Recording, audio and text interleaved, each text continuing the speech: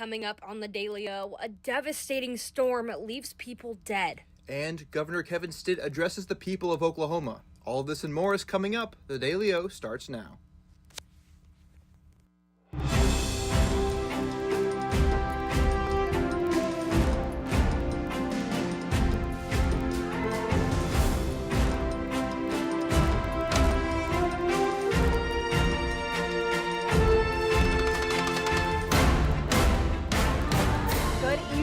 Welcome to the Monday edition of the Daily O. I'm Shay Falconer. And I'm William Manzel. We're glad you're with us. The National Weather Service confirms that 2 people are dead after a tornado strikes northeast Oklahoma. The NWS says the tornado slammed through parts of Okmulgee County and damaged numerous buildings in Beggs. The storm reached maximum wind speeds up to 140 miles per hour. Beggs Public Schools have canceled class for the entire week due to school facilities being destroyed by the storm. Meteorologists have labeled this tornado as an F3, the 3rd highest category. The identities of the 2 who were killed have yet to be released. Following those storms, Governor Kevin Stitt has declared a state of emergency for northeastern Oklahoma. His speech comes after the tornadoes and severe thunderstorms that ran through the state last week. Stitt signed the executive order on Friday, so the resources available could reach those who are in need. Stitt says that all Oklahomans should be weather aware at all times, even if this particular order does not apply to their county. The storms have impacted thousands of Oklahomans so far, with more severe weather expected tomorrow. Efforts that could roll back the expansion of Medicaid are moving forward. This new effort would ultimately restrict how many people could stay on Medicaid in Oklahoma. This comes as a shock to some, as Oklahoma voted for Medicaid expansion in 2020. Representative Ryan Eves is the author of the joint resolution to allow lawmakers to refuse to cover the cost of the Medicaid expansion. Eves says this move would help the Capitol save money to put the funds somewhere else for the time being. The resolution will make its way onto the House floor, where, if passed, will go to the Senate. Integris Health plans to close its child care centers and FIT programs. According to the hospital corporation, facilities have been losing more than $1 million per year. Families of hospital staff have expressed frustration, saying that they've used these programs for years now and don't know what they'll do without them. Integris has released a statement saying they did not want to close the doors of these programs, but after evaluating, it was ultimately the best route. The doors will close in August at their Baptist Medical Center in Oklahoma City and Southwest Medical Center locations, with no plans of reopening. An event for the ages, as the Red Bud Classic is returning for its 43rd year. The fun-filled gathering is one of Oklahoma's longest-running fitness traditions, in which the community comes together to participate in events such as walks, cycling tours, and running races. This year, the Classic will benefit Oklahoma's Project Woman, a nonprofit that provides breast cancer screenings to help detect the disease. The event will take place on April 11th and 12th in Oklahoma City. You can register for any of the events by going to the Red Bud Classic website. OKC residents, listen up. There's a lot of live music headed your way. Aaron Stinson has our week preview. Aaron? Yeah, guys. Starting with tomorrow night, pop trio Reigns is live at Resonant Head in Oklahoma City at 8. Then, on Wednesday night, Houston rapper Ken the Man is at Beer City Music Hall in OKC at 8. And finally, on Thursday night, rock band The Wonder Years is at the Tower Theater in OKC at 7. Well, that's all I got for this week. Back to you guys. It was a warm day here in Stillwater, but cooler conditions may be on the horizon. Let's check in with Macy Strain, who has our evening forecast. Macy? Yeah, guys, we had a hot day here out in Stillwater, but let's go ahead and take a look at the current conditions. Right now, it's 87 outside, and we have a real feel at 84 due to we have a little bit of wind coming out of the southwest, about 13 miles per hour. If we look at that beautiful live shot on the west side of campus, we can see that it is sunny outside. Just the perfect ending to a beautiful day. Well, I'll go ahead and send it back to the desk. All right, Macy. When we return, traffic may be becoming a little bit easier. And OSU students continue to shine. The Daily O returns right after this.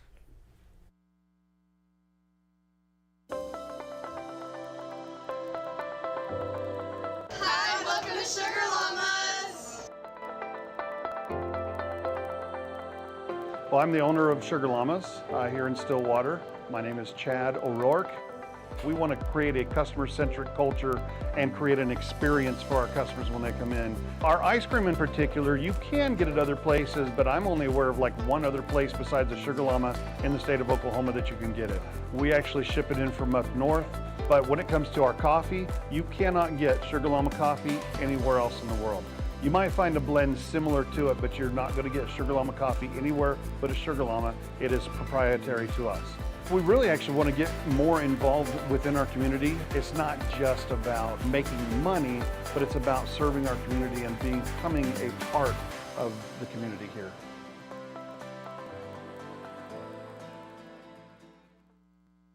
Ace in the Bowl salsa started many, many years ago. I was trying to find a recipe to take to a family gathering, and so I started messing around with different recipes, and I took a little bit from here and a little bit from there, and I came up with a salsa that is truly unique. Ace in the Bowl salsa is an olive oil based salsa with tomatoes, green chilies, green onions, and black olives. There's no sugar added, it's gluten free, low calorie, low carb, low fat, low sodium. So it's a very, very, very good alternative to any snack you may want. As of right now, I'm just looking to be in Oklahoma and having a successful business within the state. If my grandkids could ever take it over when they're old enough, that would be my dream.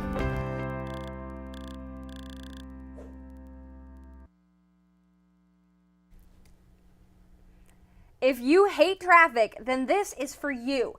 The city of Edmond is using a new smart traffic system to prevent crashes. Edmond citizens have expressed frustrations about traffic being horrible on a daily basis. Senior transportation engineer Corson Smith says that traffic has gotten worse over the years, and with this new technology, things will be more efficient. There are gray cameras that hang with streetlights and are connected to the technology center at City Hall. With the monitors inside the building, they can track all the cameras to control the lights. Since using the system, crashes have gone down 40%, and Edmond will continue to use it for years to come. Some new hardware is coming to Stillwater as an Oklahoma State team wins the 2026 Safety Olympics. The Cowboys competed at Southeastern Oklahoma State against multiple other universities. The competition featured 6 categories, which include hazard recognition, incident investigation, and safety culture. They edged out Montana Tech for the title by an incredibly slim margin. An associate professor at Southeastern OSU congratulated the Cowboys on their victory and says she is thankful to every school that participated. March is in full spring, and we're seeing some of those spring conditions early. Let's check in with Macy to see what we can watch out for. Macy? Yeah, guys, we are definitely seeing those spring conditions. So let's go ahead and take a look at our radars. So going into this evening, we're not going to see much of anything, just kind of some cloud coverage move across the state. But moving into tomorrow morning, not much of anything. We're going to see pretty clear skies. But then looking tomorrow afternoon, we're going to start seeing some storms come in around 3 to 4 p.m. We're going to see them move across the state. They're going to come in on that west side of the state and then just move in all the way across. There's going to be some pretty heavy rain that we're going to see. We're going to see them move all the way out, move across the day. So then moving into Wednesday, like I said, those storms are still going to be around, but then by the end of Wednesday, they're going to kind of move out. But some things I think you guys need to look out for, like I said, those storms moving in tomorrow afternoon, going into Wednesday morning. Just like I said, just be ready to see some rain here in Stillwater. High wind speeds, we are going to be seeing some high wind speeds into the week. And then fluctuating temperatures. We're going to see our temperatures come up, go back down, and then rise back up again heading into spring break. But more on that later. I'll go ahead and send it back to the desk. Thanks for looking out, Macy. When we return, a change in leadership in Iran. And a giant spike in oil prices. The Daily returns right after this. We would design something, it was set on the counter, and people was either, if enough of them said, you know, this isn't it, it never made to the line. Dad was excited that they're all original. They were all designed on Mom's kitchen table, and it gets in your blood after a while. We're very happy that Pamela and Michael have taken over the business and kept the family going. We took the business over in 2017. When we found that it was available, we wanted to keep the legacy of family alive, but it was also incredible products that deserved to be a part of Made in Oklahoma's story. We were a part of Made in Oklahoma years ago, and so it kind of grew as Made in Oklahoma grew. Oklahoma is ingrained into everything that we did. We've been here most of our life. That's what we entailed our whole business on, was the Oklahoma homegrown feeling. Deep Fork Foods started in 2014. We started off with our nut products, and now we produce everything from jarred products to cookie mixes and pancake mixes and dried products for people, as well as our spice blends. Now we produce over 168 different products for ourselves and about 20 to 30 other companies in Oklahoma. I'm Cindy Stewart. I'm one of the owners of Deep Fork Foods. We've gone from just making our own stuff and doing just small things to being able to co-pack and work with other companies and individuals within Oklahoma and across the United States as well. I'm just really thankful for the journey that we've had so far and really look forward to the future where we're taking Deep Fork Foods and being able to provide more value for Oklahoma and its economy, as well as all the people within the state. I love the opportunities that being in a food business provides. I absolutely love sharing food and good stories with people, so this just gives us another connection. And I can't wait to see where this path takes us with it.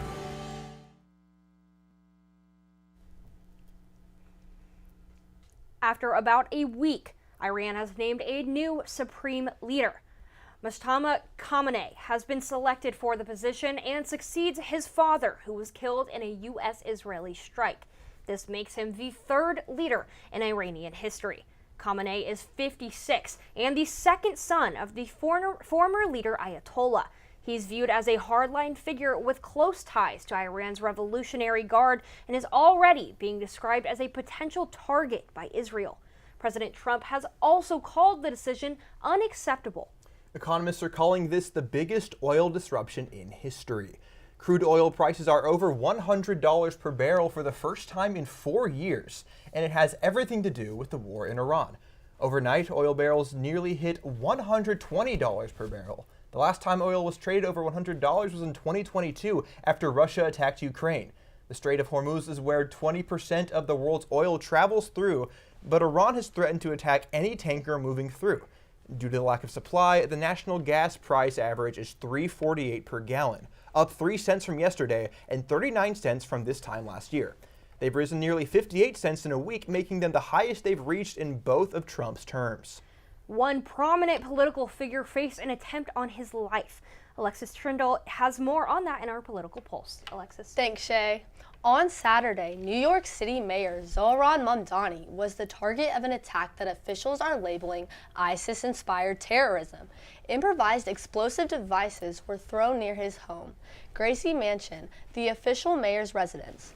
During an anti-Islam demonstration, New York City Police Commissioner Jessica Tisch said the devices were improvised explosive devices made to injure, maim, or worse. At least one of the devices contained a dangerous and highly volatile homemade explosive, but none of them actually detonated. The mayor and his wife weren't home at the time of the attack. Emir Balat and Ibrahim Kayumi are the two suspects and will be prosecuted in federal court in connection with the attempt. Mayor Mamdani said these two came here to commit an act of terrorism and that there's video of them carrying out the attack. That's all I have for you guys today. Thanks, Alexis. President Trump is threatening to withhold his signature on all bills until Congress passes stricter voting requirements. This move would further escalate his agenda to change election rules before the 2026 midterms. Trump says until the Safeguard American Voter Eligibility Act is passed, also known as the SAVE Act, he will not sign any bills into law. If passed, it would require eligible voters to prove their citizenship with documents like a U.S. passport, U.S. birth certificate, or a valid photo ID. Senate Minority Leader Chuck Schumer is standing the ground of the Democrats and says, quote, if Trump is saying he won't sign any bills until the SAVE Act is passed, then so be it. There will be total gridlock in the Senate. The Democrats will not help pass the SAVE Act under any circumstances. A New York City police officer is dead after being deployed to Iran. Sorfli Davius died Friday in Kuwait after suffering an undisclosed medical episode.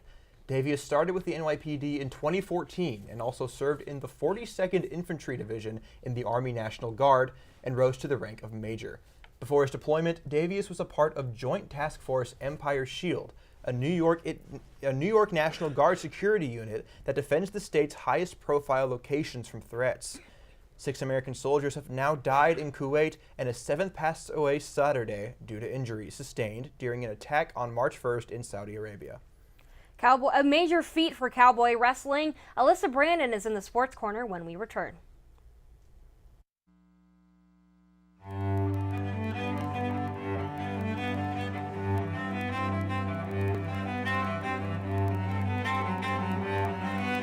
My name's Dennis Abernathy. Lived here since 1968, and I consider myself one of Stillwater's oldest original family jewelers. Here at Dennis the Jeweler, we're more about personal service. My father always told me that anybody can sell the jewelry, and what we're doing is completely different, learning to do the repair work.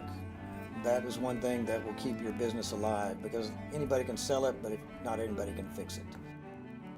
To me, jewelry is very, very personal. Every piece of jewelry has its own story, and I get to hear hundreds of stories from my clients, which I love to hear. There's always a story with it. I mean, you buy a piece of jewelry for a show of appreciation, a sign of love. There are a lot of different aspects for jewelry when you purchase it. My wife lived east of here, about 35, 40 miles, something like that, over at Lamont. I was dating her from over at Alba when we were going to college. I knew about the well then. It was a great well. It was great water. I'd stop there, stick my head under it, wake up, drive on home, that kind of thing. And people talked about bottling this water. And so that's why I started thinking about doing that. And so in 2003, the property come up for sale. And so we started working on that, had the opportunity to buy it. The hopes are when folks drink our water is that they'll drink it for a few days and find out the difference. They'll start feeling better because there's been no chemical in our water. There's a list of good things that we have. We don't have any bad things in it. This company means a lot to me because I guess we started it from scratch. And to be able to have it where it's at today, I don't see this as the end at all. I see the future of Divine Water as being worldwide, which will bring outside dollars into the state. It means a lot to me because I started it, I guess, and our family started it. Welcome back to the Daily O and welcome into the Sports Corner. I'm Alyssa Brandon. Now let's see what's going on in sports. Back to back. The Oklahoma State wrestling team is once again Big 12 champions. The Cowboys captured their second straight conference championship Saturday night in Tulsa, finishing with 176 team points, the second highest total in tournament history. Oklahoma State was led by 4 individual champions, Troy Spratley, Jax Forrest, Sergio Vega, and Casey Swiderski. But it was the freshman, Jax Forrest. He's pretty good. He stole the show, earning bonus points in every match and being named Most Outstanding Wrestler. With the win, Coach David Taylor becomes the second coach in Big 12 history to win conference titles in each of his first 2 seasons.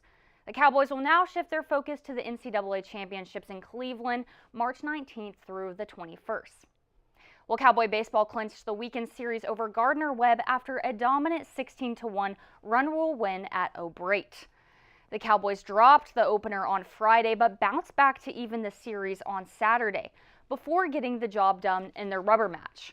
OSU exploded early Sunday with 2 3-run homers in the first inning and never looked back. And it was Colin Ritchie who stayed hot at the plate, launching 2 home runs and driving in 5, his season total now at 11 homers. Then on the mound, Mario Pesca earned the first win of the season. He threw 7 innings and allowed just 1 run while striking out 5 batters. Cowboys are now 11-4, and they'll wrap up their 9-game homestand Tuesday night versus Dallas Baptist. Well, just across the street, Cowgirls softball dropped their series against Central Florida to start conference play, and it was the first time that since 2015 that the Cowgirls lost their Big 12 opening series. It was a walk-off win on Saturday, then a dropped match on Sunday. Ty Gensler was on the field Friday to break down what went wrong from the start. Big 12 Conference play is officially underway for Cowgirls softball, but a fast start by the UCF Knights was too much to overcome for the Pokes. Oklahoma State was riding high after an 8-3 win over Missouri State, but number 23 ranked UCF came in ready to make a statement. In the first inning, sophomore utility player Izzy Mertes crushed a pitch from Riley Crandall for a 3-run home run, giving the Knights an early lead.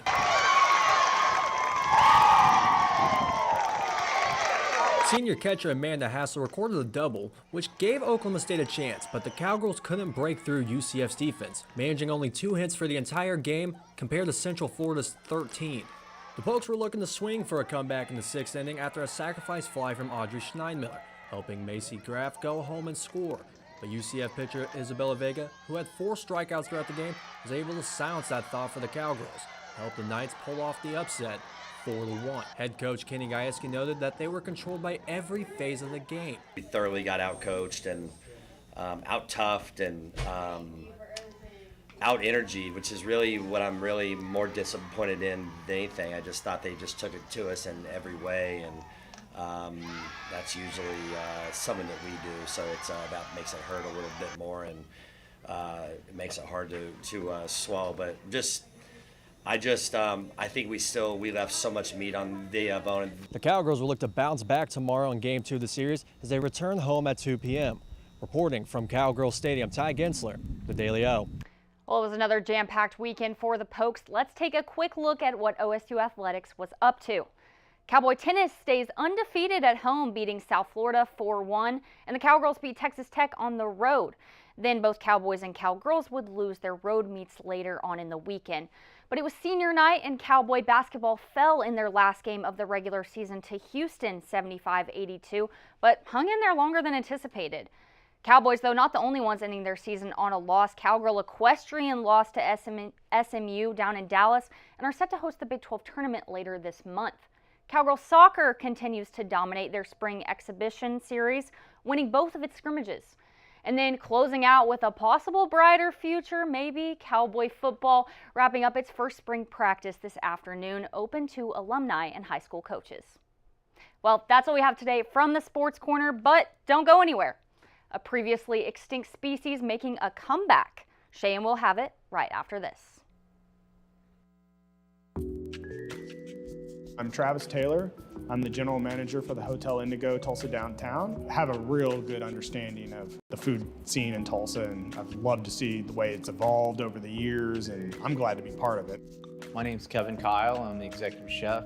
I started here, the idea was to do something local. Everything that we try to do has Oklahoma products. Tulsa is a big oil boom when we were the oil capital in the early 1900s. How Route 66 put Tulsa on the map. And the menu around that was, well, what would an oil worker take out in their lunchbox? That's how Prospect kind of came from. We never get crazy busy, so we can do a lot of different things with food. And we can do things like wine dinners and have local dinners. We have a private dining room that people can come.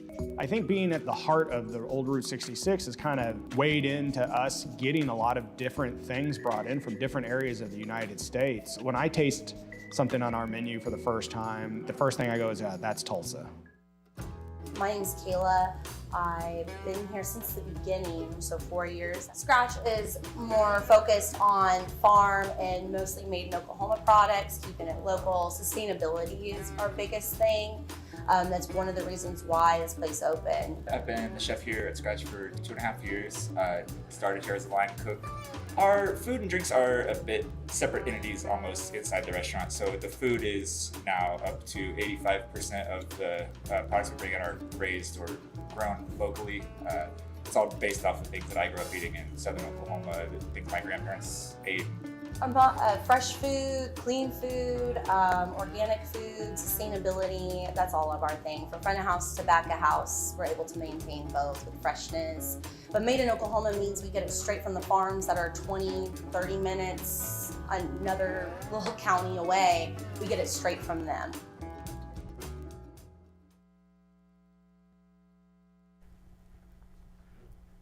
Timothée Chalamet sparks major controversy in the performance art world with one small comment. Abby Walston has that and more in our A-List update. Abby? Yeah, well, the rising star in the headlines once again, but this time it's not in his favor. Chalamet was speaking with fellow actor Matthew McConaughey at the University of Texas and said, quote, "I don't want to be working in ballet or opera, things where it's like, hey, keep this alive. No one cares about this anymore." People around the country are furious with the star, with his careless comment about these two art forms.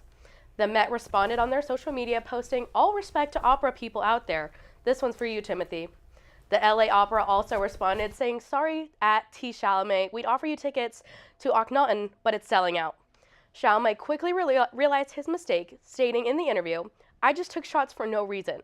All respect to ballet and opera people out there." Well, that's all I have for you today. Back to you at the desk. 2 species of marsupials that were thought to be extinct have been discovered. The pygmy long-fingered possum and the ring-tailed glider are 2 marsupials that have been confirmed to still exist. Both animals were found on an island in New Guinea named Vogelkop, but originally only fossils of each were found. Both animals were discovered through fossilized bones that date back 6,000 years with little to no evidence of either species being alive. A photographer named Carlos Bocos found the long-fingered possum in a tree. Further research is being held in Australia, but these marsupials are climbing back up their family tree. Well, it's a fantastic day to be plastic. Today is National Barbie Day. Barbie made her debut in 1959 at the American Toy Fair in New York. Created by Ruth Handler, Barbie was the first children's toy that featured adult features and lots of accessories. Today, Barbie is a cultural and entertainment icon. For 67 years, Barbie has been one of the most popular toys in the world, selling over 1 billion dolls across 150 countries. You can observe National Barbie Day by sharing your favorite Barbie dolls or rewatching Greta Gerwig's 2023 film of the same name. However you celebrate, make sure to post with the hashtag National Barbie Day, and remember, you are Kenuff. Well, before we go, let's go back to the Weather Center where Macy Strain has our 7-day forecast. Macy? Yeah, Shay. Well, I'm loving National Barbie Day. I have my pink on. I am ready. But today we had a high of about 87 and that low at around 65. Tomorrow we're going to see that rain come in the afternoon with that high around 84 and that low at about 53. And then moving into Wednesday and Thursday, we're going to see that high in the mid to high 60s and that low in the mid 40s. And then moving into Friday, we're going to see that high at about 77 and that low at 48. And then moving into the weekend to move into spring break, we're going to see that high on Saturday at 83 and that low at 55. And then see it cool off a little bit on Sunday to 77, but nothing to be worried about. I'll bring it over to the desk. All right, Macy, thanks. Well, like we said, it is National Barbie Day, so we had the grand idea to do a drawing contest of the Barbie logo. Now, the only catch is that we weren't supposed to look at the logo, so we're supposed to do it from memory. But let's show the camera our artistic endeavors, everybody. Okay. I don't know if you can see them, but the amazing logos. Yeah, we might need to zoom in. I don't even see it. To Alyssa specifically, give me please. zoom in a tight shot.